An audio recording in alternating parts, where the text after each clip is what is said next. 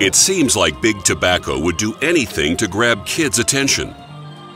From colorful signs to walls of products to special discounts, they spend more than $500,000 a day in New York State to promote their products in stores where kids can see them. And the more kids see tobacco, the more likely they are to start smoking. It's time to tell Big Tobacco game over. Take action now at seenenouughtobacco.org.